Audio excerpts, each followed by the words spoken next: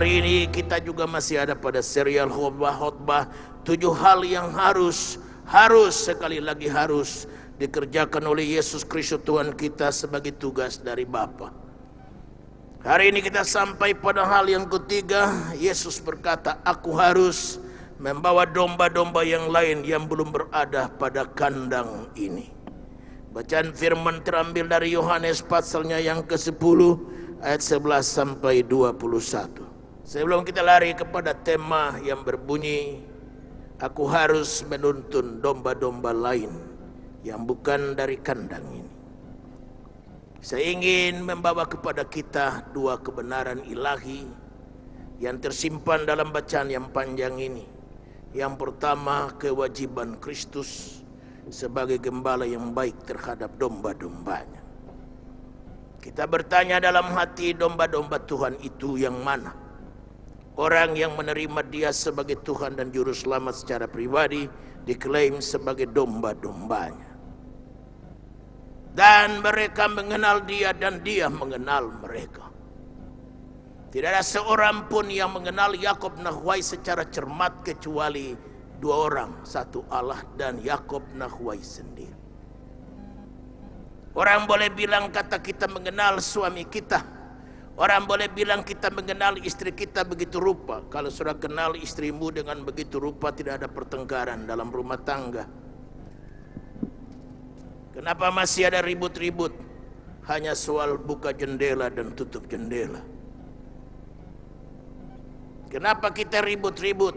Hanya soal air minum segelas dan masakan yang garamnya lupa ditaruh. Kalau kita saling mengenal dengan begitu rapat, tidak ada keributan dalam rumah tangga. Pertanda bahwa kita tidak mengenal diri kita pun lebih daripada Tuhan Allah. Karenanya Dia mengenal domba-dombanya dan domba-dombanya juga mengenal Dia. Adakah saudara mengenal Tuhan dengan luar biasa? Pengenalan akan Tuhan membuat kita tabah atas segala pencobaan kehidupan. Ibadah jam 6 tadi pagi selesai, saya jumpai seorang ibu rumah tangga yang sangat setia bergereja. Saya menanyakan dia, Bu, anak-anak di mana? Dia bilang, anak saya kecewa berat, Pak. Hanya karena dia tidak naik kelas. Dia bilang, Mama, saya sudah berdoa. Kenapa saya tidak naik kelas?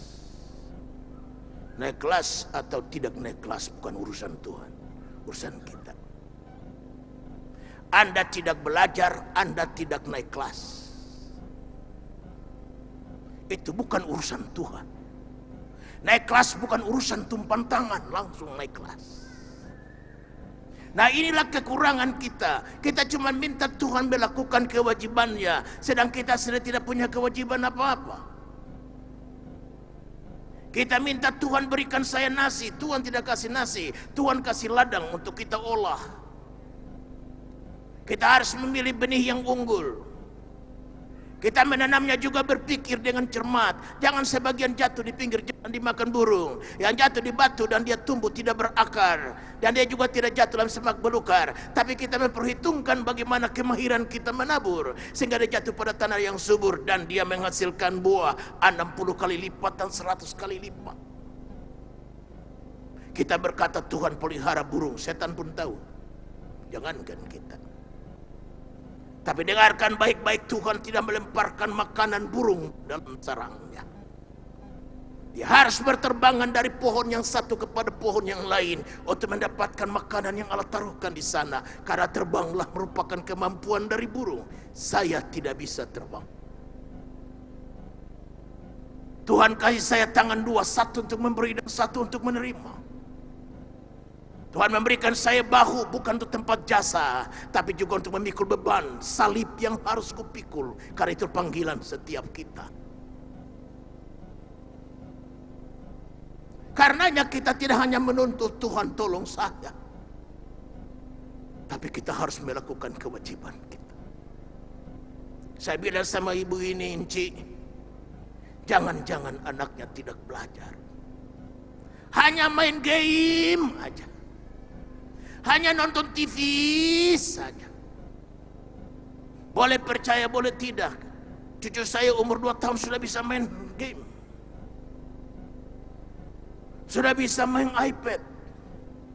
Sedang kakeknya nggak bisa. Saya gatek bos, gagal teknologi. Handphone saja nggak punya. Saya bilang sama sekretariat, anak-anak yang kerja di sekretariat, kalau saya mesti repot ngurusin handphone, jawab setiap SMS masuk, ngapain kalian ada? Berhenti aja kalian, biar saya kerja sendiri. Justru sekarang saya merasa hidup saya lebih nyaman dengan tidak ada handphone. Karena handphone, pendeta untuk apa sih punya handphone? Paling-paling selamat pagi Pak Yakub Nawaya, betul? Bapak ada jadwal enggak untuk tanggal sekian berkhotbah? Paling-paling hanya itu kan? Nah kalau cuma itu kalian aja yang ngatur. Kan lebih enak saya tuh. Weh, hidup saya sekali yang paling ringan Pak. Saya tidak berubah marga menjadi Simatupang, siang malam tunggu panggilan. Saya tetap marga Nahuai saja Pak. Jadi, saya hidup paling enteng sekarang. Sekarang zaman sekarang orang maki kita senaknya Pak. Orang saya bisa berkata bangsat lu, anjing lu. Kita kan stres, buset. Masa pendeta dipanggil bangsat? Orang caci maki kita sembarangan Pak. Syukur dengan tidak ada handphone, pikiran saya bersih, hati saya bersih. Jadi saya cuma pikir firman saja. Makanya lihat khotbahnya lain kan. Jangan kalau saya pikir handphone, bisa Mazmur menjadi Mansur. Demikian Pak Mansur pasal 3. Orang berkata ini pendeta kenapa jadi begini ya? Mansur kan gak ada. Mansur itu teman sekolahku di SMA. Mazmur ya ada dalam Alkitab. Kalau tidak mana mungkin pendeta Yakub bisa karang 22 buku Pak. Waktu sepenuhnya bagi Tuhan. Karenanya Tuhan berkati saya juga lain Pak. Banyak pendeta masih pikir dunia, masih begini begitu, saya mah pikir Tuhan saja. Saya nggak khawatir soal bagaimana hidup saya tidak pikir bagaimana uang datang. Sekarang saya ada pada posisi jika tidak berlebihan. Saya tidak ada pada posisi cari uang, uang cari saya. Saya nggak ada pada posisi cari berkat, berkat cari saya. Saya tidak ada pada posisi cari ketenaran, kemasuran dan kejayaan. Semuanya mencari saya. Lah saya ada pada posisi apa? Carilah dahulu kerajaan Allah serta segala kebenarannya. Maka sekaliannya, dengar. Maka sekaliannya, dengar. Haleluya. Maka sekaliannya akan ditambahkan kepadamu. Haleluya. Mestinya hidup seperti itu bos. Kerjakan saja apa yang kita bisa. Do your best and God will take the rest. Haleluya. Mesti Inggris sedikit karena tadi begitu mau naik ke mimbar ada pesan, ada orang-orang Filipina di sini. Jadi Bapak kasih masuk Inggris sepotong-sepotong kayak. Okay, friends from Philippines, would you please stand up for a while? People want to see you. Where are you there? Okay, please stand up. Ini kawan-kawan dari Filipina. Haleluya. Weh, be seated please. Orang Manado bilang torang basudara. Biar orang Filipina kan, kita Indonesia, tapi torang basudara. Dari muka-muka juga nggak jauh-jauh dengan kita. Jadi hari ini saya lihat ada 6 hal. Kewajiban Kristus sebagai gembala yang baik. Sebelum kita masuk kepada kerinduannya, aku harus membawa domba-domba lain yang di luar kandang. Ayat 1 sampai ayat 11 sampai ayatnya yang ke-14 menerangkan tentang kewajibannya sebagai gembala yang baik. Saya baca ayat 11 sampai 14 dari Yohanes pasal 10. Akulah gembala yang baik. Gembala yang baik memberikan nyawanya bagi domba-dombanya. Sedangkan seorang upahan yang bukan gembala dan yang bukan pemilik domba-domba itu sendiri, ketika melihat serigala datang, meninggalkan domba-domba itu lalu lari. Sehingga serigala itu menerkam dan mencerai beraikan domba-domba itu. Ia lari karena ia seorang upahan dan tidak memperhatikan domba-domba itu. Ayat 14, akulah gembala yang baik dan aku mengenal domba-dombaku dan domba-dombaku mengenal aku. Bapak Ibu Saudara, ayat yang menggambarkan kewajiban seorang gembala. Dari ayat-ayat ini, kewajiban gembala yang pertama ialah mencukupi segala keperluan domba-dombanya. Ayatnya yang ke-9 dalam bacaan pada hari ini dari Yohanes 10 yang sama, dikatakan dalam ayat 9, akulah pintu, barang siapa masuk melalui aku, ia akan selamat. Dan ia akan masuk keluar dan menemukan padang rumput. Padang rumput adalah kebutuhan pokok dari sang domba. Makanan dan minuman merupakan sumber kekhawatiran manusia. Tuhan Yesus berkata, kenapa kamu khawatir soal makan dan minum? Kenapa kamu khawatir soal baju? Tengoklah burung yang ada di udara. Dia tidak menanam, tidak mencangkul, tapi Bapamu di surga memeliharakan mereka. Tengoklah bunga-bunga di padang, tidak ada seorang yang memberi warna pada mereka. Bapamu di surga mewarnai mereka, walaupun mekar pagi dan sore luru. Apatah lagi kamu manusia. Itu berarti Allah sumber kecukupan kita. Dan herannya Tuhan mencukupi kita bukan berdasarkan standar dunia. Standar barang-barang yang naik waktu lebaran dan bulan puasa. Bukan itu standar Allah berurusan dengan kita. Karenanya lebaran harga mau naik, seorang pasti bisa membelinya. Kita nggak berurusan dengan naik barang karena bukan urusan kita. Urusan bapak-bapak yang mengelola negara. Kita nggak berurusan dengan cabai kecil, cabai merah, cabai hijau, dengan cabai yang besar yang lagi naik harga. Bukan urusan pendeta, urusan bapak-bapak yang mengelola negara. Lalu urusan bapak pendeta apa dong? Percaya saja bahwa Tuhan sanggup mencukupi segala keperluanku. Jadi kalaupun barang naik pada lebaran, aku mampu membelinya. Yang memampukan aku siapa? Tuhan Allah dengan metode dan caranya sendiri. Mazmur nun jauh ribuan tahun yang lampau. Dalam Mazmur 23 ayat 1 dan 2. Hadirkan di layar supaya jemaat bisa membacanya. Mazmur pasal 23 ayat 1 dan 2. Mazmur Daud, Tuhan adalah gembalaku, takkan kekurangan aku. Ayat 2, ia membaringkan aku di padang yang berumput hijau, ia membimbing aku ke air yang tenang. Bukan saja rumput, tetapi air yang tenang. Itu kebutuhan pokok dari seekor domba. Kita tidak makan rumput, tapi kita makan nasi. Dan nasinya bukan berasal dari beras yang plastik, tapi beras betul-betul, beras Cianjur. Mau lebih keren lagi, dari Thailand. Tinggal pesan, tinggal ngomong, tinggal minta. Matius 7:7 berkata, mintalah maka kepadamu akan diberi, carilah maka kamu mendapat, ketoklah pintu maka bagimu pintu akan dibukakan. Allah sanggup dengan berbagai metode dan cara. Pengalaman orang-orang beriman ribuan tahun yang lampau sama bahwa Allah sanggup mencukupi mereka. Dengarkan salah satunya. Singa muda boleh kelaparan, tapi orang yang berharap Tuhan tidak kekurangan apapun. Dengarkan lagi firman. Dulu aku muda sampai aku tua, belum pernah aku melihat orang benar, anak cucunya ditinggalkan Allah dan meminta-minta sedekah. Pengalaman Israel dari Mesir sampai ke tanah Kanaan. Diperkirakan 3 juta orang berjalan di padang gurun. Bayangkanlah, tiap hari mesti kasih makan hampir 3 juta orang. Mereka tidak punya panitia konsumsi. Mereka tidak punya panitia KKR untuk mengadakan revival di antara mereka. Tetapi tidak ada satupun kalau kita berkata yang kakinya bengkak karena kurang makan, karena terkena penyakit beri-beri. Tidak ada satupun yang terkena ginjal, tidak ada pun yang kenal asam urat, tidak ada yang kenal prostat, tidak ada yang kenal juga penyakit-penyakit aneh yang dokter tidak sanggup menanganinya. Tetapi mereka mati karena dibunuh Tuhan Allah. Karena mereka memberontak kepada Tuhan dan bersungut senantiasa tiap hari.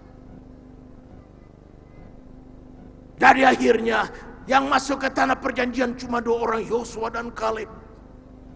Alkitab menggarisbawahi karakter mereka karena lain roh mereka. Jadilah Kristen yang memiliki roh yang lain. Roh yang tidak hanya kerjanya bersungut saja, mengalir saja. Apa yang terjadi dalam kehidupan ini baik atau tidak baik, untung atau rugi, sehat atau sakit, diperpanjang umur atau diperpendek umur, itu mengalir saja, bersyukur. Ada seorang pemilik toko terkenal di Amerika yang luar biasa, dagangannya laku luar biasa.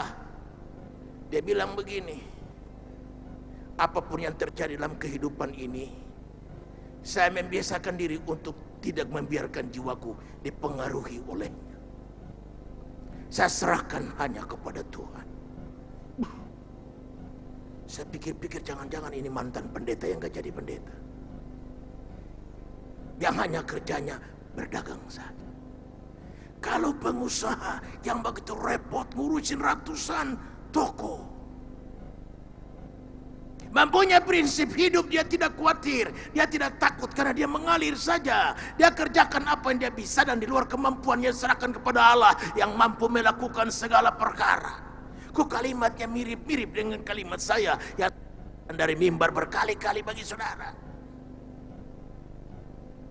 Lain lagi, Henry Ford, pemilik daripada kendaraan merek Ford yang terkenal sedunia. Henry Ford,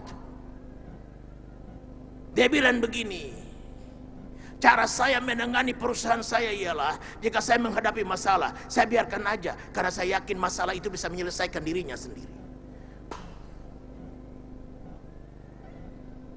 Masalah bisa menyelesaikan dirinya sendiri tanpa campur tangan saudara.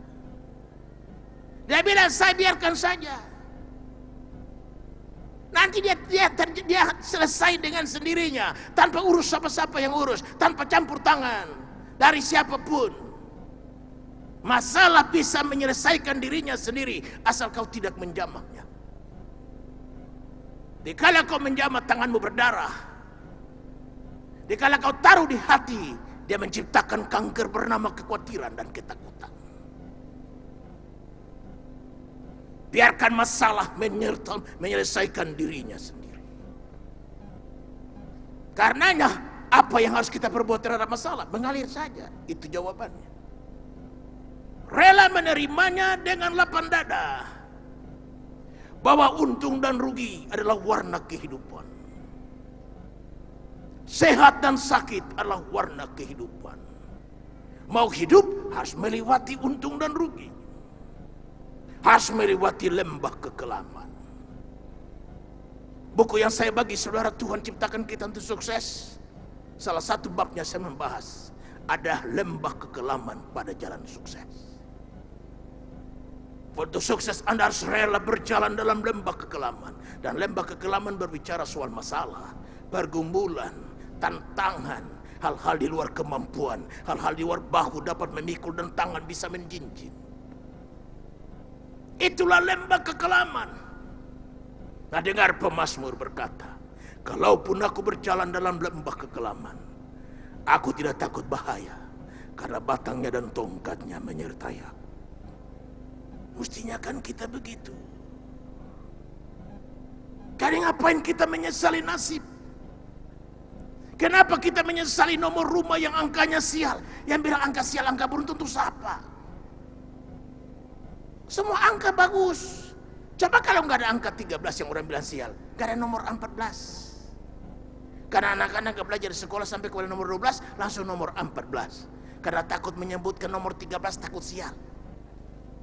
Mana ada? Coba kalau nggak ada nomor 13, kan nggak ada nomor 14. Jadi jangan biarkan setan menipu kita dan memakai istilah-istilah dunia yang melemahkan. Tapi ciptakan diri dan berkata, semua nomor adalah baik, semua hari adalah baik, haleluya. Hari Jumat, hari Sabtu, hari Senin, semua hari adalah baik. Hari ini, nyanyi dulu. Bangkit berdiri lalu nyanyi.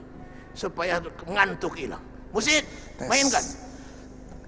Hari ini harinya Tuhan, harinya Tuhan. Mari kita bertepuk tangan, mari kita bersukaria, bersukaria. Hari ini harinya Tuhan, mari kita bersukaria. Hari ini harinya Tuhan. Sekali lagi. Hari ini harinya Tuhan, harinya Tuhan. Mari kita bersukaria, bersukaria.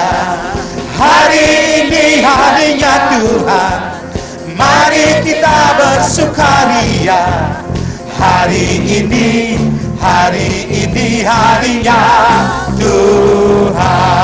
Haleluya, beri tepuk tangan bagi Tuhan dan silakan duduk. Katakan pada diri sendiri, semua angka adalah baik. Semua hari adalah baik. Tidak ada sesuatu yang jahat. Dalam Allah senantiasa segala perkara baik. Roma 8:28 berkata segala perkara bekerja bersama-sama mendatangkan kebaikan. Karenanya ciptakan moto, ciptakan logo yang mendorong hidup naik dan bukan turun. Memacu diri untuk menganga ke atas dan melihat Tuhan di sorga yang mampu melakukan segala perkara. Jadi Kristen yang mendaki dan bukan Kristen yang merayap.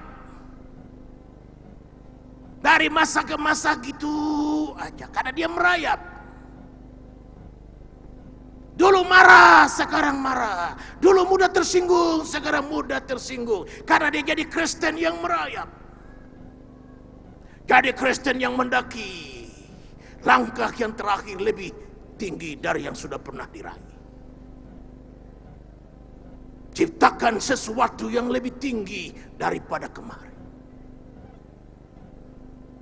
Jadi Kristen yang gitu-gitu saja, dari masa ke masa, dari tahun ke tahun. Periksa diri, apakah aku Kristen yang mendaki? Kristen yang lebih tinggi standar yang kurai sekarang, lebih tinggi dari 5 tahun yang lampau, lebih tinggi daripada 5 bulan yang lampau, lebih tinggi dari 5 minggu yang lampau, lebih tinggi dari 5 hari yang lampau. Supaya aku mencapai kepada target serupa seperti Yesus Kristus.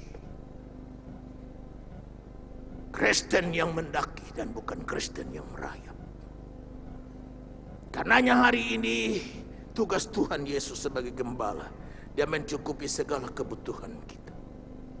Masih ingatkah ayat populer kita Filipi 4:19?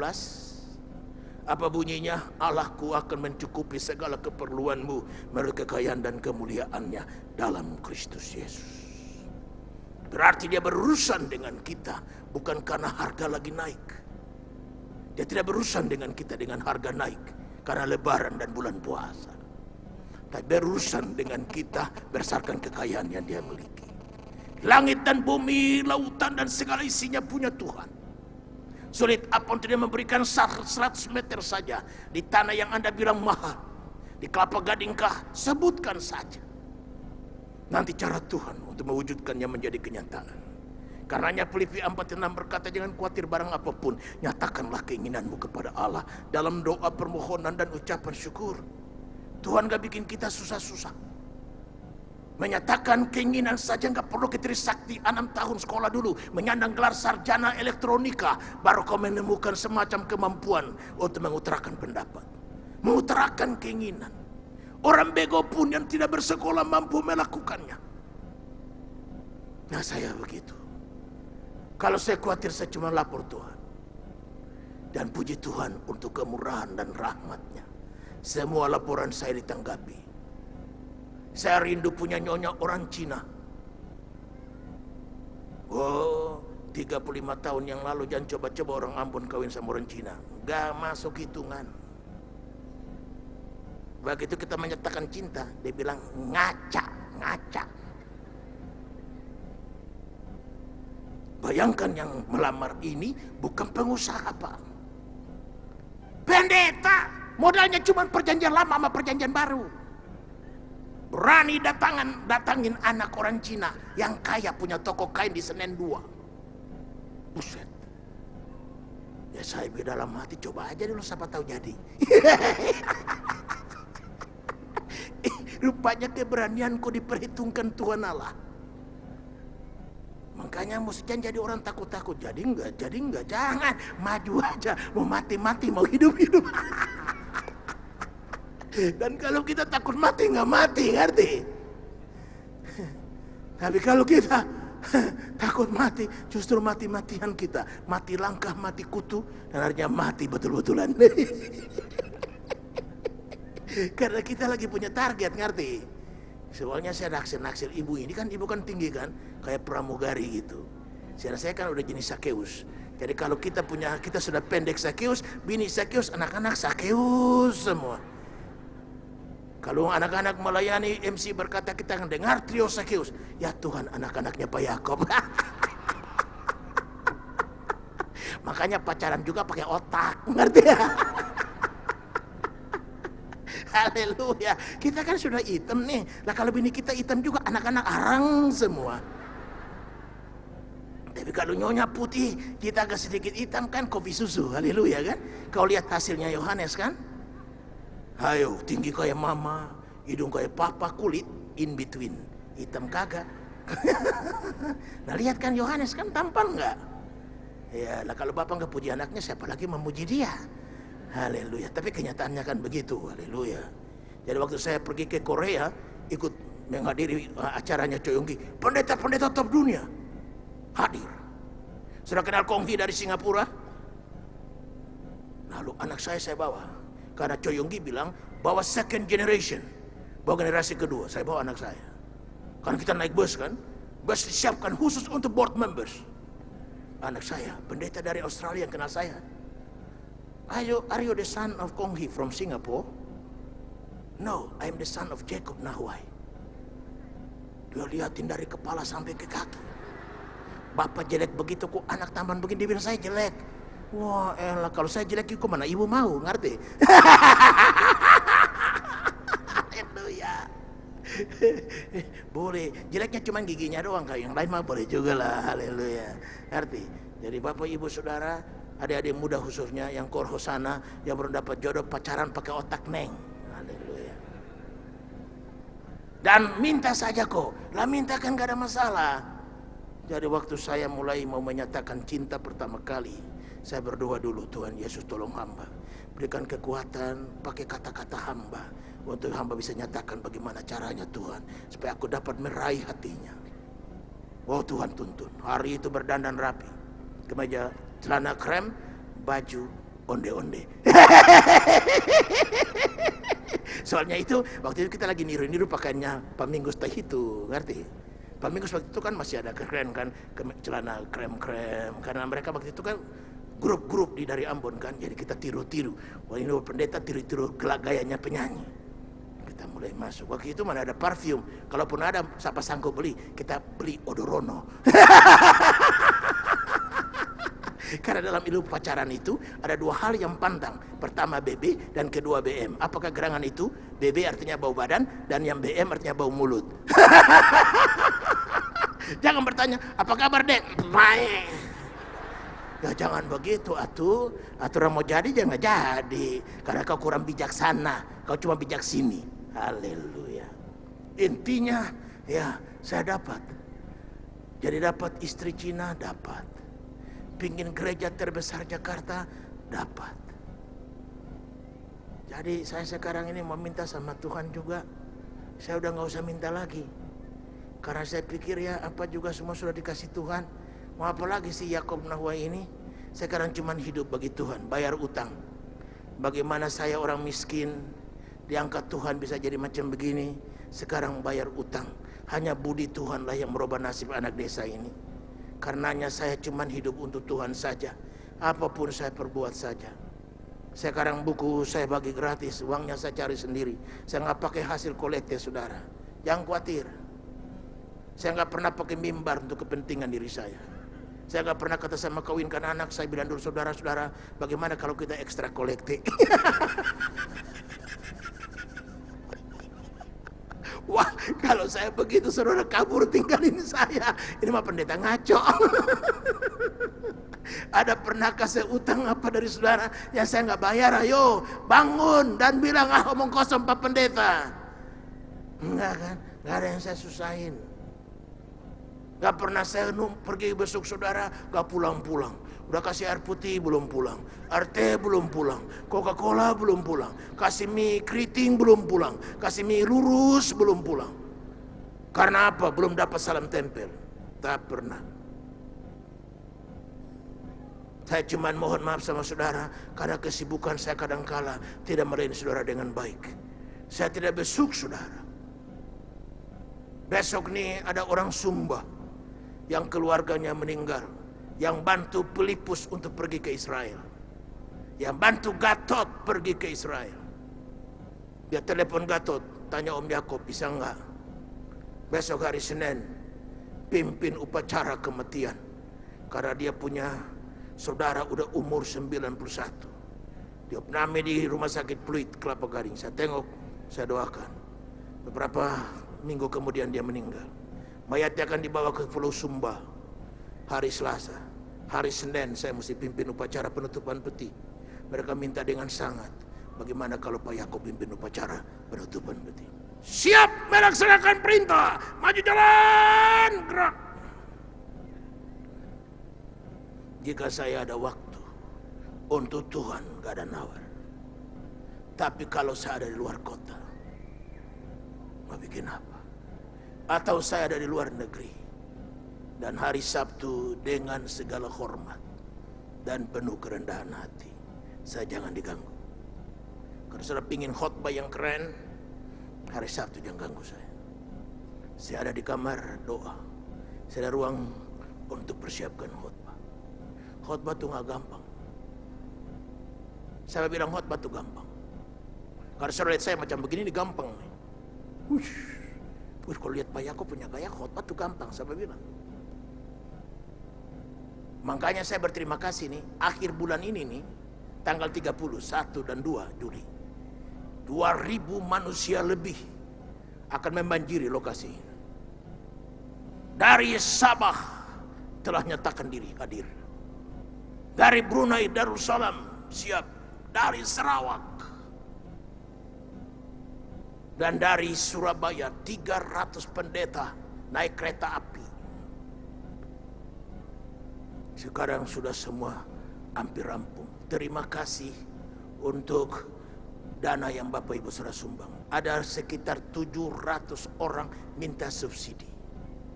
Ongkos mereka tanggung sendiri, tapi selama di sini minta Bapak siapkan penginapan dan siapkan makan 1 hari 3 kali selama 3 hari. Pasti acara ini berakhir Jumat. Mereka pasti nggak pulang. Mereka akan bertahan untuk melihat bagaimana suasana ibadah hari Minggu. Berarti mereka masih tahan 2 hari lagi. Saya berterima kasih untuk sumbangan saudara. Betul-betul ini bukan kata basa-basi. Saya bersyukur tadi pagi ini saya belum naik ke mimbar, saya mampir di perhitungan kolekte jam 6 pagi.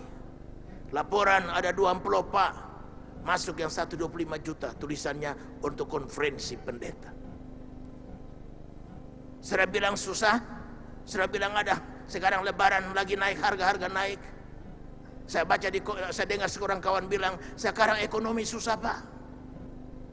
Orang yang jual mobil di Kemayoran, dia bilang dulu beberapa tahun yang lalu itu bisa 30 mobil 1 bulan. Sekarang 1 aja udah mujizat. Tukang dagang mobil yang di Kemayoran bilang 1 mobil 1 bulan sekarang laku, termasuk mujizat. Berarti sekarang ekonomi lagi morat-marit, ekonomi susah. Anda bilang susah, ada orang bantu pendeta punya konferensi 25 juta. Beberapa minggu yang lalu ada 50 juta. Justru memberi dalam kekurangan itulah orang Kristen. Memberi dalam kelimpahan, mas apa juga bisa. Tuhan Yesus memberikan contoh. Dia masuk di bait Allah, dia duduk dan memperhatikan cara orang maju ke depan memberikan uang derma. Begitu muncul seorang perempuan janda, udah janda miskin lagi. Kalau janda kaya mah haleluya, ini janda miskin. Tuhan Yesus perhatikan dia. Dia hanya berikan 2 keping perak, 2 keping uang saja. Tuhan Yesus berkata kepada muridnya, tengoklah, inilah pemberian yang terbaik yang pernah aku jumpai. Memberi dari kekurangan, gak semua orang bisa. Lalu orang apa yang bisa, Pak? Orang Kristen yang bisa. Orang yang gak ngerti firman gak bisa melakukannya. Karena dia tetap berpegang pada firman. Berilah maka kepadamu akan diberi. Kau beri banyak, kau dapat banyak. Kau beri sedikit, kau dapat sedikit. Kau beri sedang, dapat sedang. Apa yang kau tabur itu juga yang kau tuai. Karenanya sekali lagi saya berdiri atas nama diri sendiri dan atas nama konferensi. Saya mengucapkan terima kasih jemaat kekasih untuk partisipasimu yang luar biasa. Pakaian bekas sudah ribuan potong dikumpul keluarkan kemarin dan mulai disetrika, dirapikan, dilipat satu-satu, dimasukkan di kantong plastik yang dicetak khusus. Tentunya tidak semua orang memerlukannya. Karena saya akan bilang kepada para pendeta, Bapak Ibu Saudara yang memerlukan pakaian bekas untuk membantu pelayananmu, pergi ke lantai dasar, di ruangan ini ada disiapkan. Kan tentunya tidak semua orang. Peserta dari Jakarta tidak akan mungkin mengambil pakaian bekas, tapi coba tanyakan kepada orang dari Kisar, dari Sabu. Saya pergi ke Sabu, saya ke desa-desa, saya lihat rumah pendeta dengan kandang ayam lebih bagus kandang ayam. Alasan tanah, daun lontar mewarnai tutup atapnya. Karenanya saya siapkan itu semua, dan saya bersyukur. Minggu depan masih terakhir kalau ada pakaian bekas layak pakai yang dikumpulkan. Saya bersyukur juga kalau Tuhan menyentuh hati saudara. Dan saya ingin membantu, ada hampir 600 mendekati 700 orang dari desa yang minta subsidi. Kami akan tempatkan mereka sekitar 200 orang di lokasi ini. Di lantai 5 dari kantor bisa nampung di sana. Di lantai 6 juga daripada gedung Geraha Mawar Saron. Ada sekitar 70 orang bisa masuk. Di klinik, di atasnya kita gelar kasur saja untuk para pendeta dari desa. Asal mereka bisa mendengarkan firman. Bagaimana berkhotbah dengan baik. Winning in the pulpit. Bagaimana menang di mimbar dan bukan kalah. Gereja memerlukan itu sekarang. Gereja memerlukan khotbah yang baik. Dan khotbah yang baik itu hanya berisikan 4 hal. Pertama, meninggikan Yesus Kristus. Yang kedua, tidak boleh keluar dari Alkitab. Yang ketiga, menjawab kebutuhan orang. Kalau orang punya kebutuhan terjawab, dia tepuk tangan dengan sendirinya. Haleluya, datang tanpa dipaksa. Bukan dikit-dikit, apa ada amin, apa ada glory, apa ada haleluya. Orang tidak datang ke gereja untuk jawab-jawab pertanyaan pendeta. Ini akan dibahas di mimbar. Dan khotbah yang baik itu dipersiapkan. Bukan jadi pendeta yang malas, maju ke mimbar dengan berkata, nanti Tuhan tolong. Lalu sampai di mimbar komat kami berdoa, lalu buka Alkitab, lembaran kosong. Ketemu pemisah perjanjian lama dan perjanjian baru. Dan dengan bodohnya kita berkata, maaf jemaat kekasih, hari ini gak ada firman, acara cuma nyanyi dan doa. Apa bisa kita lakukan seperti itu? Ini akan dibahas. Bantuan saudara sangat berguna bagi mereka. Nah itu kita akan kerjakan. Karena itu terima kasih. 2 minggu ke depan lokasi kita ini akan dibanjiri ribuan manusia. Dan saya sangat harapkan KKR setiap sore. Tanggal 30 ada KKR, tanggal 1 ada KKR. Saya sangat harapkan saudara hadir. Bawa teman dan kenalan. Bilang sama mereka ada KKR besar di gereja kami. Mari dengarkan firman. Hadirin saudara lihat bagaimana bantuanmu mengerjakan ribuan orang. Nah, hadir di sini. Kita juga ada retret keluarga. Hanya 400 orang diperlukan. Sekarang sudah tutup. Selesai, kita nggak buka pendaftaran lagi. 400 orang sudah terdaftar. Selesai, tutup. Sekarang kita sedang galakan itu ke depan. Keluarga-keluarga perlu dipulihkan. Bagaimana menjadi bapak yang baik, menjadi suami yang baik, menjadi istri yang baik, menjadi mama yang baik. Bukan mama yang bunuh anak sendiri, menterlantarkan. Seperti terjadi di Bali, Angelina, gadis cilik yang tanpa dosa, harus mati karena diterlantarkan. Bapak ibu saudara yang kekasih, bolehnya Tuhan sanggup mencukupi kita. Yang kedua, dia melindungi dari mara bahaya. Ayat 11 sampai ayatnya yang ke-13 menerangkan itu. Dia memberikan nyawanya.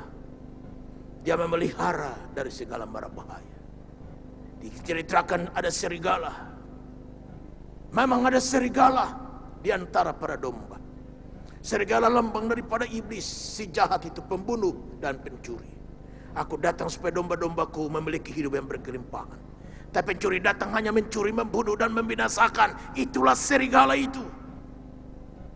Siapa mampu memelihara kita dari terkaman serigala kecuali gembala yang baik yang bernama Yesus Kristus, yang lahir bagi kita, yang hidup bagi kita, mati bagi kita, dikuburkan bagi kita, bangkit dari antara orang mati, naik ke sorga bagi kita, dan akan datang kembali juga bagi kita. Dia sajalah yang mampu memelihara kita dari terkaman serigala. Berbahagialah mereka yang berlindung pada cadas yang bernama batu karang keluputan. Yesus Kristus yang tidak berubah. Karenanya dia mampu memelihara. Baca bersama saya Yesaya 40 ayatnya yang ke-11. Seperti seorang gembala yang menggembalakan kawanan ternaknya dan menghimpunkannya dengan tangannya, anak-anak domba di pangkunya, induk-induk domba dituntunnya dengan hati-hati. Garis bawahi, hati-hati. Allah tidak menuntun kita sembarangan dan sembrono.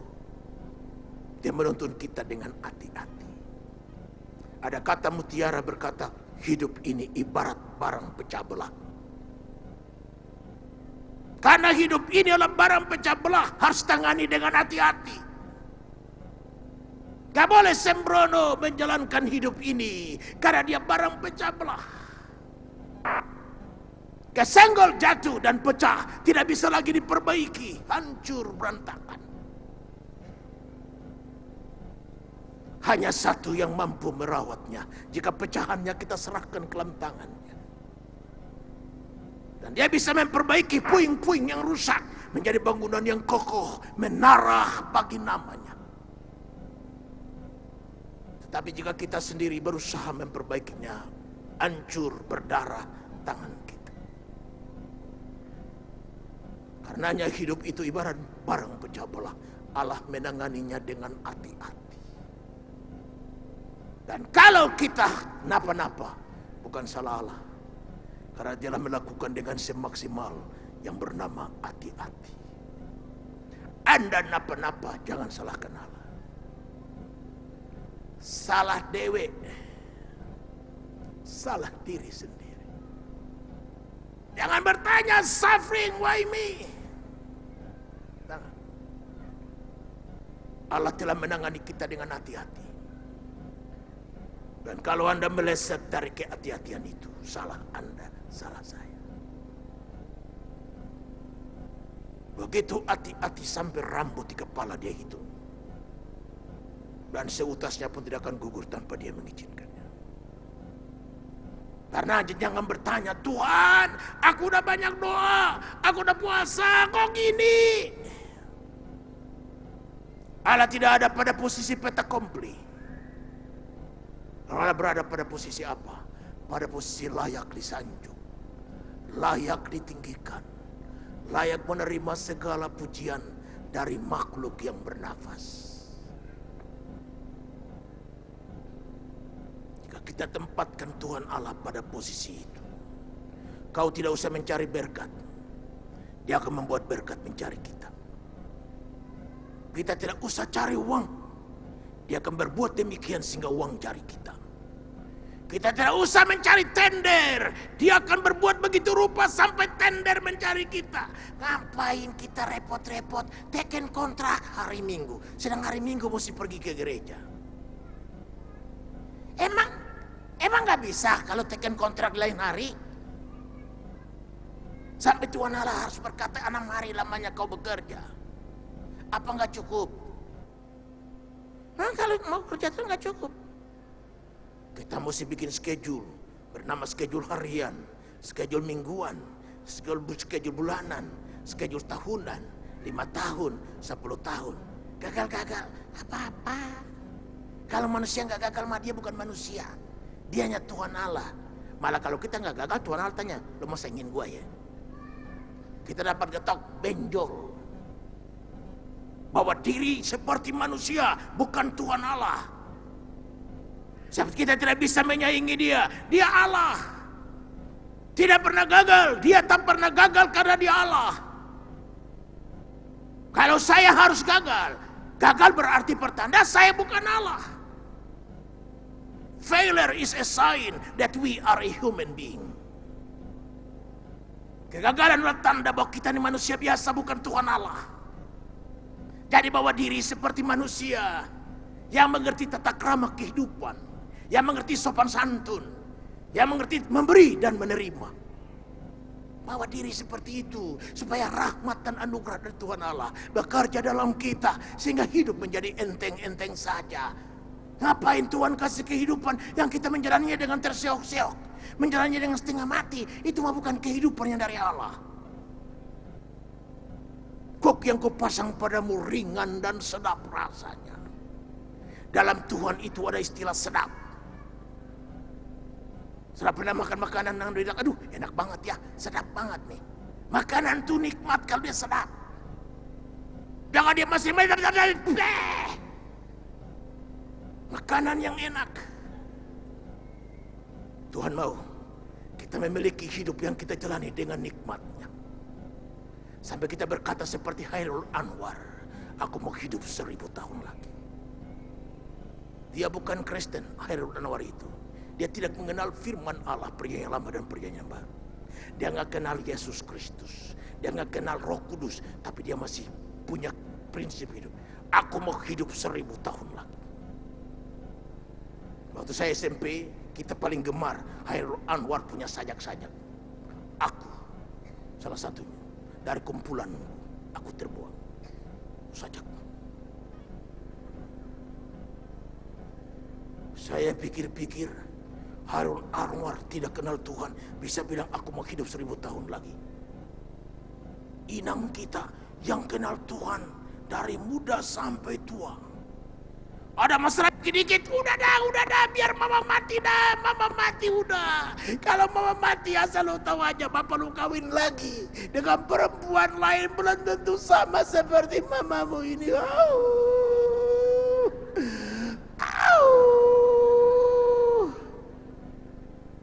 Ini kita pikir-pikir nih, Inang ke gereja dia dengar firman nggak ya? Atau dia di gereja mata ke depan tapi pikirannya di dapur.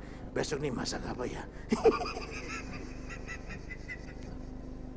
Tapi yang saya maksudkan itu bukan di sini, di Pulau Sabu. Haleluya. Dari muka-muka yang saya lihat ini, cinta Tuhan semua ini. Haleluya. Makanya saya bilang tidak ada jemaat sehebat GBI Mawar Sarun. Saya sakit makin bergairah menggembalakan saudara. Benar-benar. Saya ini khotbah sepanjang hari ini dengan gairah saja. Oh, rasanya aku melayang di langit. Tapi injak kaki tetap injak bumi, tapi kepala saja di langit. Haleluya. Kau pernah lihat makhluk setinggi itu yang kakinya injak kelapa gading permai tapi kepalanya ada di sorga? Orang itu bernama Yesus Kristus yang tidak berubah. Karena gereja adalah tubuhnya, betul? Ada di mana kita sekarang ini? Di kelapa gading. Tuhan Yesus adalah kepala. Dia ada di mana sekarang? Di sorga. Kau pernah lihat makhluk setinggi itu? Kakinya injak kelapa gading, tapi kepalanya ada di sorga. Itulah Tuhan Yesus. Kita juga mesti seperti itu. Kepala kita di awan supaya tidak berpikir dunia ini. Jadi kita berjalan dengan enteng saja. Kakak, kok girang-girang hari ini? Kakak kenapa? Oh, nggak napa-napa. Cuma mobilku lagi dicuri orang aja. Kok kakak girang begitu? Ngapain kau pikirin? Haleluya. Itu pertanda Tuhan Yesus akan ganti mobil baru dan lebih bermerek lagi. Haleluya. Tuhan Yesus curi yang bekas supaya kau dapat mobil terbaru. Bayangkan, Mercedes lagi yang bannya aja jutaan rupiah. Sampai gajimu habis gara-gara bannya. Makanya minta apa-apa dari Tuhan juga pakai pikiran, ngerti? Tuhan Yesus berikan saya Mercedes-Benz. Lah gajinya cuma baru 5 juta. Minta Mercedes-Benz, aduh rodanya aja. habis gajimu. Tapi kalau minta Tuhan, second hand aja dulu, push before use. Tuhan bilang gampang kali itu. Gak usah kau beli, aku gerakan aja orang kaya yang ada di gereja. Dia begitu keluar, dia bilang, adek, kayaknya dari mukamu aku lihat kayaknya aku butuh mobil ya. Kebetulan ada 5 di rumah, nganggur aja. Kapan kita ada waktu kau pergi ke rumah saya? Kau pilih aja, tinggal home, pimpa, layung, gambreng. Breng di warna kuning karena itu warna kesukaanmu. Haleluya. Sampai warna pun Tuhan tangani. Karena apa? Tuhan menangani kita dengan hati-hati. Makanya kita juga mesti hati-hati menjalankan hidup. Ngerti? Anak pergi ke sekolah, "Mak, ke sekolah ya?" "Iya sayang." Hati-hati tuh. Laki mau pergi ke luar kota nih 1 minggu, "Ma, aku permisi dulu ya sayang." "Iya." Hati-hati. Nyonya keluar mau pergi belanja ke mall, "Sayang, saya ke mall dulu ya. Papa mau pesan apa?" "Enggak pesan apa-apa, cuma ini saja." Hati-hati. Tuhan Yesus menangani kita dengan hati-hati. Beri tepuk tangan buat Tuhan Yesus dulu. Haleluya. Luar biasa ya. Yang ketiga, sebagai gembala dia rela mengorbankan dirinya sendiri. Ayat 11 mengatakan begitu. Ayat 11 dalam bacaan kita berkata bahwa akulah gembala yang baik memberikan nyawanya bagi domba-dombanya. Dia katakan lagi dalam ayatnya yang ke 18. Dia katakan di sana, tidak seorang pun mengambilnya daripadaku, melainkan aku yang memberikannya. Berkehendakku sendiri aku berkuasa memberikannya dan berkuasa mengambilnya kembali. Inilah tugas yang kuterima dari Bapakku. Dia memberikan nyawanya, yang termahal dia bisa kasih, apalagi yang murah. Makan dan minum perkara kecil dibandingkan dengan nyawa Tuhan Yesus. Sebuah rumah sesuai dengan kamar yang kau butuhkan. Karena untuk keluarga dari kampung, untuk anak-anakmu besar masing-masing, satu kamar baik perempuan maupun laki. Firman Allah berkata, Allah akan mencukupi segala keperluan kita. Hanya tinggal bicara, hanya tinggal minta, hanya tinggal ngomong. Terlalu gampang bagi Allah. Asal kau percaya, kau lakukan, aku lakukan apa yang wajib bagiku. Dan di luar kemampuanku Allah punya urusan. Haleluya, dia rela mengorbankan dirinya. Firman Allah berkata, jika dia tidak menyayangkan anaknya, memberikannya bagi kita, masakan yang lain-lain tidak diberikannya. Hal yang berikut, dia bangkit dari antara orang mati dan mengalahkan maut dan kematian. Apalah artinya makan cukup, minum cukup, rumah mewah, bebas banjir, listrik nggak mati-mati, tapi mati tidak masuk surga karena dihadang oleh dosa. Perjalanan hidup dihadang oleh dosa. Dan dosa berkata, berhenti sampai di sini. Kau belum bereskan masalahmu dengan aku. Tapi kalau Kristus mati dan kau menerima dia sebagai Tuhan dan Juru Selamat, kau bisa ngomong dengan dosa. 2000 tahun yang lalu dosaku telah dibereskan. Hatiku ada Yesus. Dosa bingung. Dan kau berkata, minggir, aku mau teruskan perjalanan menuju ke surga rumah Bapa. Syukur dia mati. Karena dengan darahnya dia bereskan dosa, penghambat dan penghadang nomor 1 di jalan kehidupan.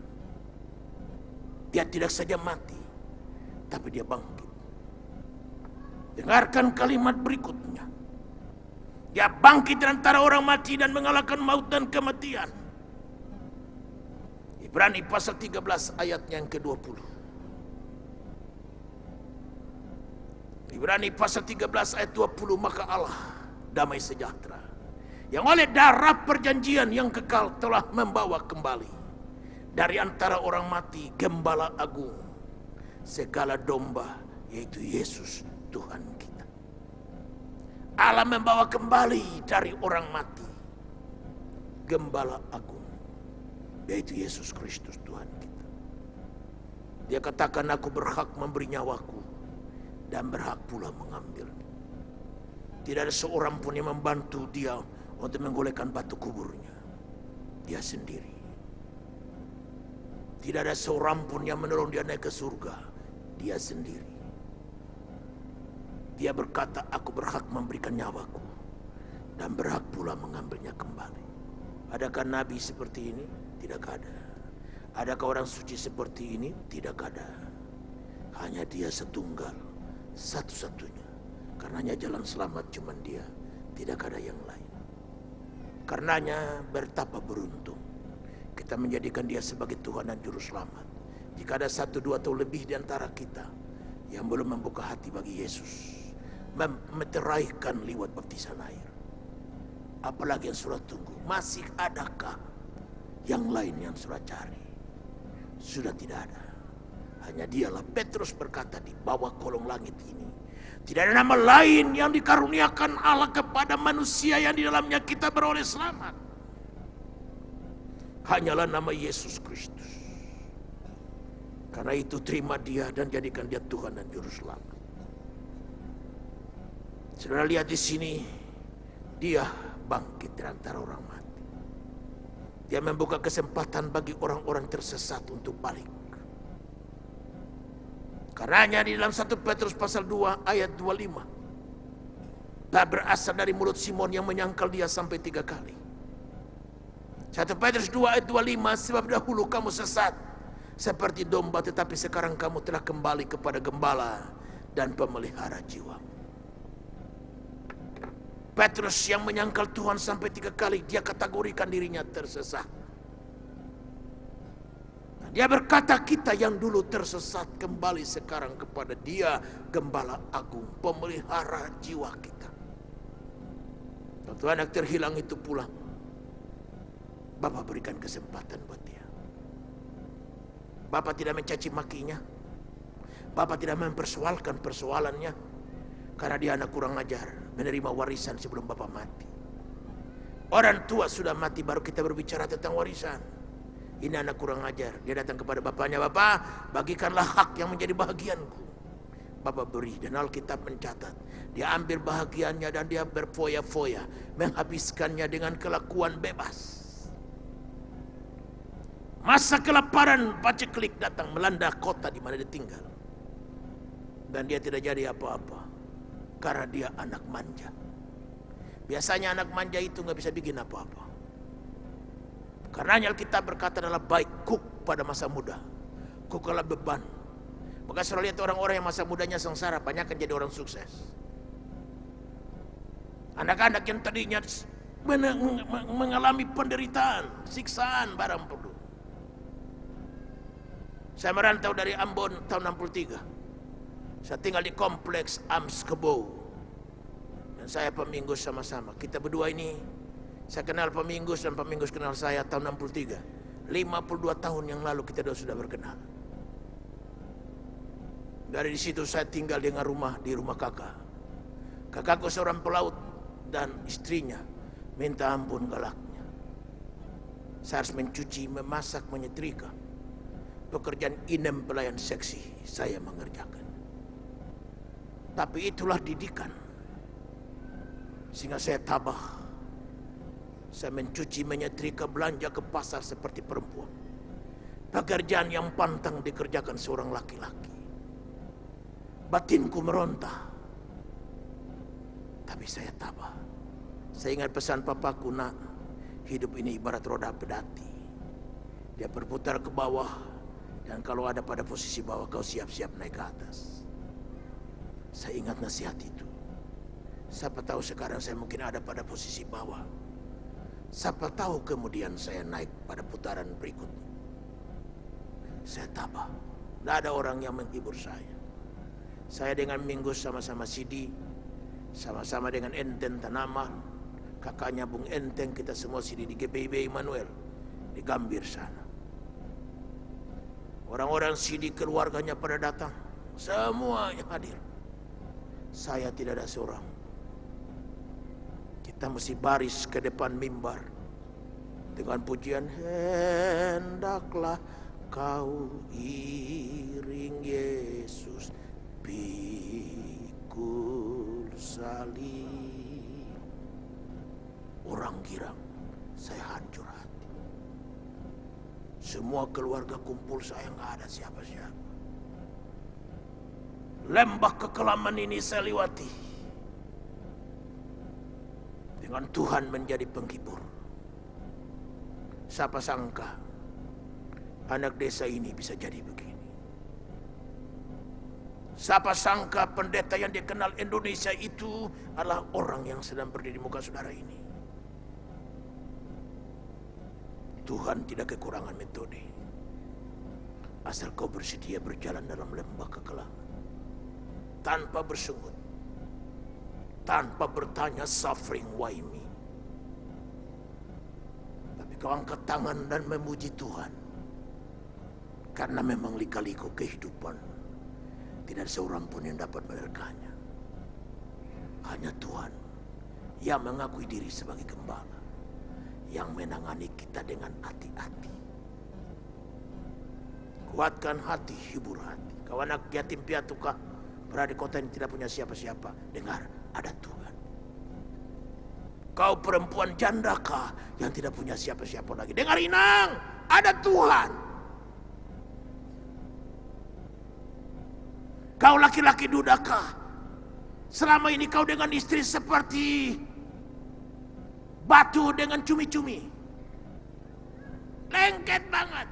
Sekarang istri tidak ada. Dengar Amang, jangan sedih. Ada Tuhan. Tuhanlah segalanya. Penghibur, penolong, sahabat, dan gembala. Dia memahami kita lebih dari kita memahami diri kita sendiri. Padanyalah kau berlari. Padanyalah kau bersandar. Karena kita hidup manusia butuh sandaran.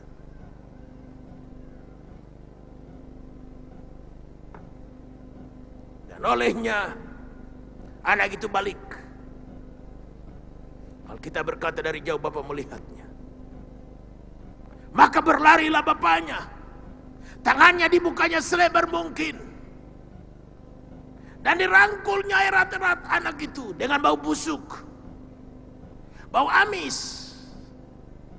Tuhan tidak jijik. Bapaknya tidak jijik dan muntah-muntah. Allah tidak jijik terhadap pelanggaran dan dosa kita. Dia merangkul erat-erat sembari berkata, anakku yang kuanggap mati kini hidup. Yang kuanggap hilang ku dapatkan kembali. Allah mana seperti Allah kita dan Tuhan mana seperti Tuhan kita. Masihkah saudara sabar lagi menunggu yang lain? Tidak ada. Berlarilah segera ke dalam rangkulannya sebelum terlambat.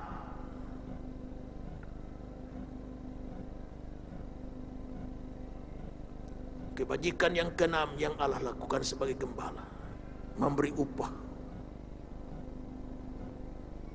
1 Petrus 5 ayat 4. Maka kamu dengar, maka kamu apabila gembala agung datang, kamu akan menerima mahkota kemuliaan yang tidak dapat lain. Sebagai gembala, dia tidak saja mencukupi, melindungi, menuntun, memberi nyawa dengan jalan mati dan bangkit dan kalahkan maut dan kematian. Tapi dia memberi upah hebat. Karenanya Rasul Paulus berkata kepada jemaat di Korintus, berdirilah teguh dan jangan goyah. Giatlah selalu pekerjaan Tuhan, karena kelelahan mulam Tuhan tidak sia-sia. Bagi saudara yang menerima tamu, menjadi pelayan pukul 9 pagi, tidak ada penghargaan apapun dari gereja. Pendeta pun jarang datang bergaul dengan saudara, berbicara dengan saudara, tidak mengapa.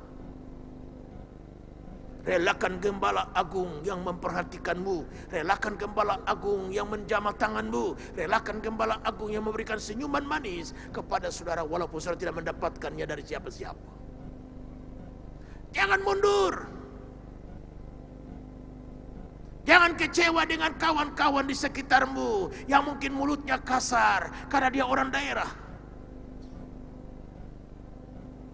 Orang daerah itu punya kelakuan tidak sama seperti orang Solo. Walaupun kakinya udah keinjak berdarah-darah, minta maaf Pak, kaki Bapak di atas kaki saya.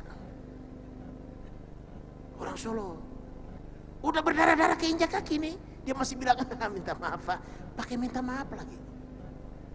Tapi coba kalau orang Batak, orang Ambon, orang Sumba, orang Papua, jangan kaki injak kesenggol aja, matamu aku copot.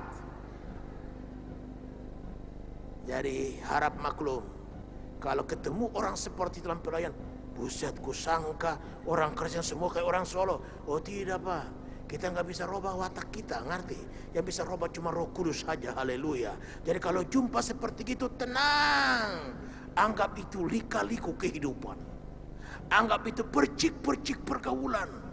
Percik-percik komunikasi, haleluya. Kalau dia ngomong seperti orang berantem, betul. Orang-orang daerah tuh kalau ketemu dua kayak orang berantem, katanya lagi ngomong. Oh, jadi kalau kita dengar orang Batak ngomong, ini kalian berantem, oh tidak, ini cara kita.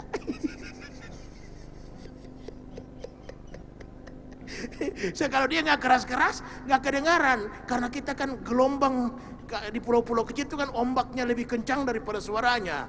Jadi kalau kita panggil istri, Martina, nggak bilang Tina, nggak bisa, dia nggak kedengaran. Suara ombak lebih gede dari suara kita, ngerti? Jadi dia panggil istrinya, Martina,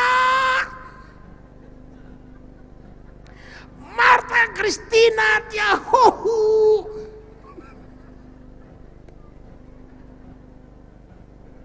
Harap maklum, ngerti? Lah kalau kita nggak bisa bergaul dengan orang yang beda dengan kita, nanti di sorga kita nggak betah. Karena surga itu tempat tinggal semua suku, bangsa, kaum, dan bahasa. Yang berteriak-berteriak itu ada di sana. Karena Tuhan Allah tahu hatinya, ngerti? Mulutnya doang hanya seperti duri, tapi hatinya melodi.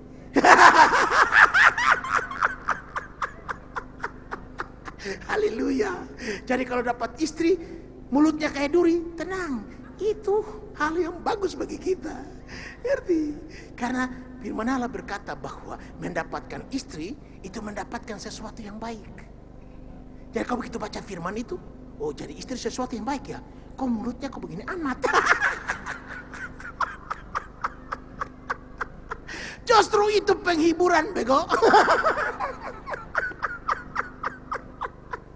Haleluya. Saya kalau istri punya mulut nggak begitu, kau nggak beres. Haleluya. Jadi Amang tenang. Kalau itu punya mulut nggak beres, itu adalah baik. Kalau Amang tidak pintar cari duit, itu adalah baik.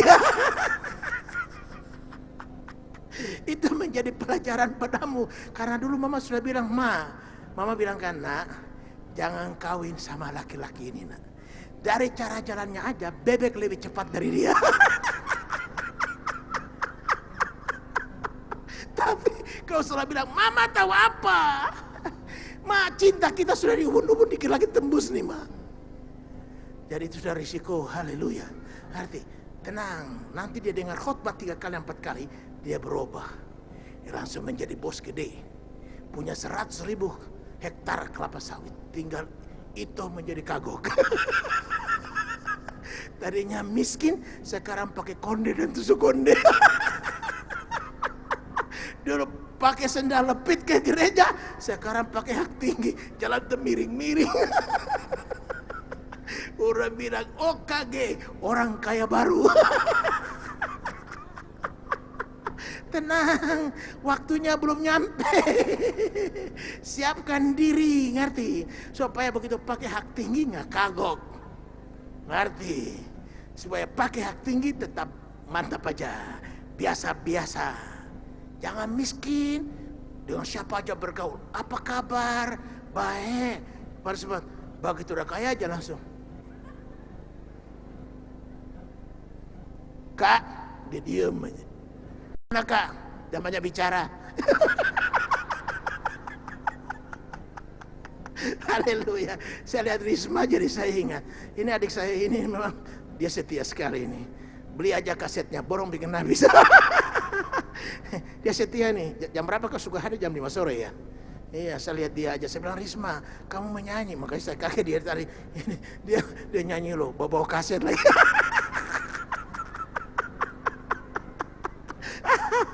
Untung kau anggota. Kalau kau tidak anggota, saya tolak mentah-mentah. Kau cuma jadikan Mawar Sanur tempat dagang aja. Jadi Bapak Ibu Saudara, saya himbau saudara, borong kasetnya bikin habis. Dan kalau anak lakimu belum punya pacar, lamar dia, aku ikut membantu. Risma, kau sudah punya pacar belum? Oh belum, itu ada lagi nih. Dia begini tuh. Tuh, makanya dia datang sekalian untuk dagang dan cari pacar. Haleluya, luar biasa. Jadi Bapak Ibu Saudara, Tuhan itu luar biasa. Dia Allah yang baik dan mempahalai setiap pekerjaan kita. Itu pertama. Yang kedua, kerinduan Tuhan Yesus untuk menuntun domba-domba yang lain. Ayat 16 berkata, ada lagi padaku domba-domba lain yang bukan dari kandang ini. Domba-domba itu harus dengar. Domba-domba itu harus, sekali lagi, domba-domba itu harus kutuntun juga, dan mereka akan mendengarkan suaraku, dan mereka akan menjadi satu kawanan dengan satu gembala. Tuh, harus. Nah, siapakah domba-domba lain itu? Orang Yahudi. Orang Yahudi sampai detik ini belum terima Yesus sebagai Mesias. Sampai detik ini. Saya udah 20 kali lebih pergi ke Israel. Setiap dengan guide saya ngomong tentang Tuhan. Mulut berbuih, mereka tidak bergeming. Jadi kalau orang Yahudi bisa percaya Yesus, itu mujizat. Ada, saya punya teman seorang Jepang kawin dengan orang Yahudi, tinggal di Gunung Karmel. Dia kasih kartu nama sama saya, kalau pergi ke Israel jangan lupa kontak saya. Dan boleh tinggal di asrama saya. Tapi kan kita rombongan dari Jakarta. Kalau saya sendiri ya mungkin, ini rombongan. Jadi dia kawin dengan orang Yahudi. Dan pelayanan mereka hanya kepada orang Yahudi. Dia juga board members dari Choyonggi di Korea. Dan dia bilang sekarang jemaat sudah 200 orang Yahudi. Tapi sampai detik ini orang Yahudi tidak percaya Yesus sebagai Mesias. Ini domba-domba yang lain. Yang kedua, orang yang di luar Tuhan Yesus. Di luar bangsa Yahudi.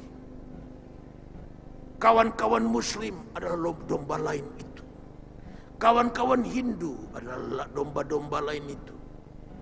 Yang harus dimenangkan. Karenanya kenapa kita bangun sekolah Alkitab kok di hutan? Banyak orang bilang, Pak, apa nggak salah nih bangun sekolah Alkitab kok sampai miliar rupiah kok di tengah hutan? Konsumsi desa, Pak. Ngapain kita pergi di kota-kota besar? Di Petamburan itu saya jadi dosen di sana, mantan dosen. Sekarang saya repot, saya bilang saya nggak usah ngajar dah. Suruh kasih kesempatan kawan-kawan yang masih muda. Saya terlalu banyak repot. Tapi waktu saya ngajar di sana, anak-anak dari daerah, waduh, rohnya bernyala-nyala, semangat. 4 tahun rohnya mati, langsung berubah menjadi makhluk aneh. Di kampung nggak kenal handphone, sekarang bergaya. Suruh ke kampung, enggak Pak, Tuhan panggil saya di kota Pak. Kita buang dana sia-sia. Makanya ini konsumsinya desa. Jika Tuhan berkenan bulan November nanti, karena Oktober saya ke Israel. November akan kita resmikan gedung ini. Bapak Ibu Saudara yang menyumbang, yang siap untuk ikut meresmikan, mari kita daftar rame-rame. Berapa bus yang harus kita siapkan? Kita semua naik pesawat dulu, pergi ke Tanjung Karang hanya 35 menit. Dari Tanjung Karang baru kita naik bus rame-rame pergi ke 2,5 jam ke lokasi ini. Dan di sana kita bikin ibadah syukur. Konsumsi desa. Orang dari kota mendaftar, kita tolak. Gratis. Tidak bayar. Kita sudah dapat izin resmi dari pemerintah, dari Departemen Agama Republik Indonesia. Sudah izin resmi turun. 2 periode yang kita buka, PAK dan teologi. PAK artinya Sarjana Pendidikan Agama Kristen. Target kita pemerintah sekarang minta supaya pendeta pun harus bergelar. Jadi mereka sarjana teologi dan sarjana PAK, pendidikan agama Kristen. Jadi mereka sekaligus bergelar supaya kalau kita tempatkan mereka di desa-desa, di gunung dan di lembah, mereka bisa jadi guru agama untuk SD, SMP, SMA. Dan mereka juga bisa jadi pegawai negeri sipil, PNS. Dan mereka dapat gaji untuk menopang hidup mereka. Ini target ke depan. Karenanya kami tidak pungut bayaran, gratis. Tapi tidak boleh sembarangan orang datang. Orang-orang yang datang nih bangun 2 pagi tanpa disuruh. Orang-orang yang cekatan. Kerja bakti itu tanpa disuruh. Mereka harus berusaha mencangkul menanam. Dan itu masuk program daripada SKS mereka. Jadi karena ada 80 SKS yang pemerintah punya. Dan 80 SKS lagi adalah sekolah. Anda mau bikin mereka jadi apa?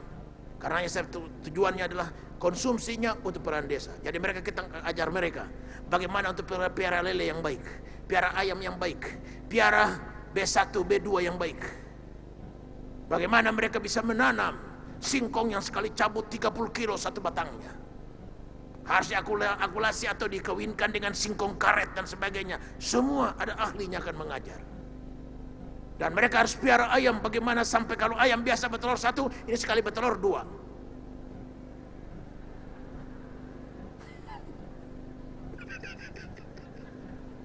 Iya dong, kalau enggak kan rugi. Jadi kita akan bikin Bapak Ibu Saudara. Jadi saya nggak tega. Saudara juga tega juga nggak? Saudara nggak tega juga kan? Saya nggak tega. Saudara juga nggak tega nggak? Atau saudara tega? Ambil uang dari mereka. Jadi dari Papua, oke. Dari Sumba, oke. NTT, oke. Sumatera, oke. Kalimantan, oke. Jakarta, nehi. Tolak mentah-mentah. Karena konsumsi desa. Mereka harus siap untuk diutus kembali. Dari desa ke desa. Baru di desa-desa kita ketemukan orang-orang hebat. Sarjana teologi, sarjana pak. Karenanya sekali lagi berterima kasih saya. Atas nama sekolah, atas nama para calon-calon hamba Tuhan yang akan datang. Untuk persembahan kita sampai berdirinya sekolah Alkitab ini. Dan sekali lagi mohon maaf. Jika sekolah ini telah selesai, saya tetap minta ekstra persembahan untuk membiayai pendeta-pendeta ini hidup. Secangkir air sejuk saja kepada seorang bernama murid Tuhan tidak akan hilang pahalanya. Saudara bantu mereka. Karena mereka akan menjadi alat Tuhan untuk apa? Memperdengarkan suara Tuhan kepada mereka-mereka yang belum pernah mendengarnya. Saudara mungkin tidak bisa pergi. Biarlah doamu yang pergi. Uang persembahanmu yang pergi. Menopang mereka supaya mereka menjadi alat nanti sampai ketemu dengan gembala agung itu. Ada upah yang menanti, ada pahala. Nah, marilah kita berbuat selagi hari siang, malam akan datang, di mana seorang pun tidak mampu bekerja. Amin.